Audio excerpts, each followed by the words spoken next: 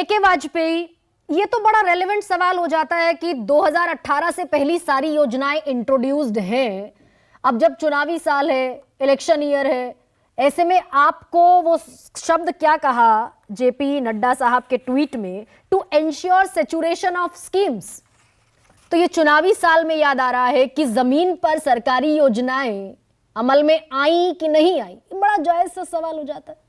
देखिए, राहुल गांधी को रोज कोई ना कोई ट्वीट करना है, रोज कोई ना कोई ट्वीट नहीं है, कोई ना कोई, क्यों? उसमें आर्मी पे उनका ट्वीट आई है, लगातार आई है, आज भी आया। आज के मसले पर। हाँ, तो मतलब ये कहने का मतलब है कि विरोधियों को सरकार के हर स्टेप्स को क्रिटिसाइज करना है, यही उनको धर्म लग रहा है, जबकि ऐसा नहीं है। डेमोक्रेसी में कंस्ट्रक्टिव अपोजिशन का रोल होता है कि ये खाली नहीं कि मोदी को क्रिटिसाइज कर लो या दूसरी सरकार को क्रिटिसाइज कर लो और सत्ता में आ जाओ। ये गुमराह करना कहते हैं इसको।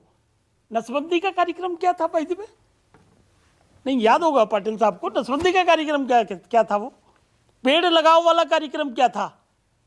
जब संजय गांधी और इंदिरा गांधी प्राइम मिनिस्टर थी तो तब ये सब स्कीमें चली थी ना। कौन चलाता था इनको? अकाउंटेबिलिटी फिक्स कर दी थी, अगर महीने में 10 केस नहीं लाओगे तो आपके खिलाफ एक्शन होगा, डिसिप्लिनरी एक्शन होगा।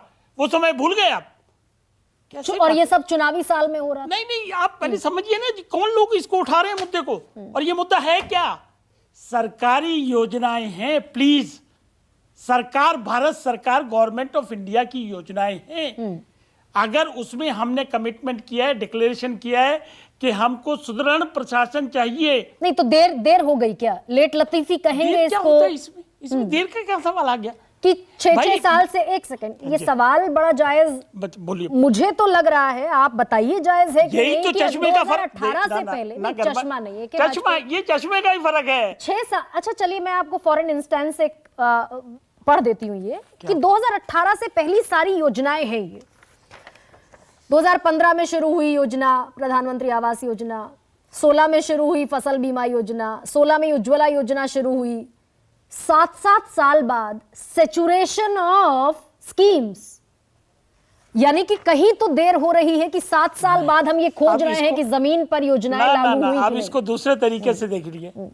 अगर ब्यूरोक्रेट्स की अकाउंटेबिलिटी अगर हो जाए तो उसमें क्या एतराज होगा? ठीक बात। एक एग्जांपल मैं देता हूं। पहले ब्यूरोक्रेट्स को और मिनिस्टर्स को इतनी फ्रीडम थी कि उनका लंच भी, माफ करना पाटिल साहब, 5 स्टार होटल से आया करते थे। I am witness to that. 5 star कमरों में, होटलों में रुका करते थे। वो सब बंद कर दिया मोदी जी ने, और 2014 से बंद कराए।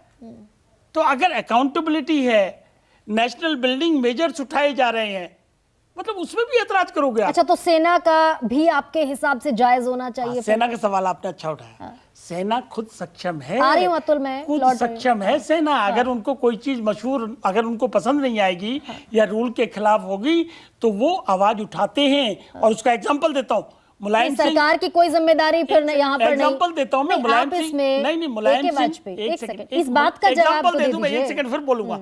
मुलायम सिंह डिफेंस मिनिस्टर थे, वो कमांडर साहब आए सेना के, और उन्होंने सल्यूट में उठे नहीं, बैठे बैठे ले लिया। सेना के अफसरों ने वहीं ऑब्जेक्शन लिया था उस बात का कि मिनिस्टर होंगे आप अपने घर में, लेकिन हमारा प्रोटोकॉल और डेकोरम मेंटेन करिए। मुझे वो घटना याद है। तो सेना को कम मत नहीं, इस पर आपका भी तो कोई रिमार्क होगा। किस बारे में? ठीक है, आपने कहा कि भाई ब्यूरोक्रेट्स जो हैं, they are meant to do that. Yes, ठीक है, लेकिन सेना भी सेल्फी पॉइंट बनाए, जवान जो छुट्टी पर जाएं वो भी सरकारी योजना। बहुत बढ़िया। छुट्टी वाले बात का जवाब मैंने दिया था, फिर दोबारा देता हूँ। इनका एक है सेना का डायरेक्टरेट ऑफ वेलफेयर बोर्ड, ये उसके डिसीजन होते हैं, उसी का नोटिफिकेशन है कि जब सेना के अफसर जो जवान छुट्टी पे जाएगा तो वो सरकारी काम में मदद करेगा। और डिफेंस मिनिस्ट्री जो आदेश दे देती है कि भाई सेल्फी पॉइंट बनाइए, ये सेना, डीआरडीओ, जो कि हमारे, मेरा बड़ा सिंपल जवाब है। देखो, आप सेना सबसे बेस्ट डिसिप्लिन्ड फोर्स है और वो पॉलिटिशियन के दबाव में बिल्कुल नहीं आती है।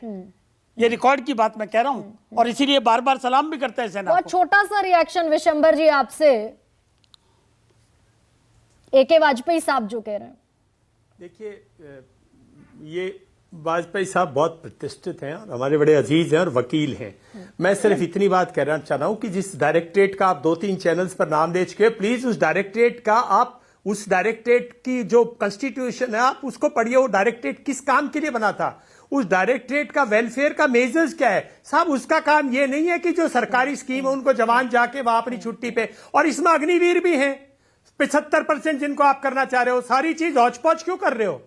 ऐसा कौन जवान जाएगा? उसको 2 महीने की छुट्टी मिलती है, वो जाके अपने परिवार की समस्याएं समझाए, अपने बच्चों की शिक्षा के में ध्यान दे, अपने ओल्ड पेरेंट्स की हेल्थ का ध्यान दे, अपनी खेती बाड़ी का ध्यान दे, अपना ध्यान दे। और फिर सरकार, सबसे बड़ी प्रॉब्लम वाजपेयी साहब मैं आपको बताऊं क्या है?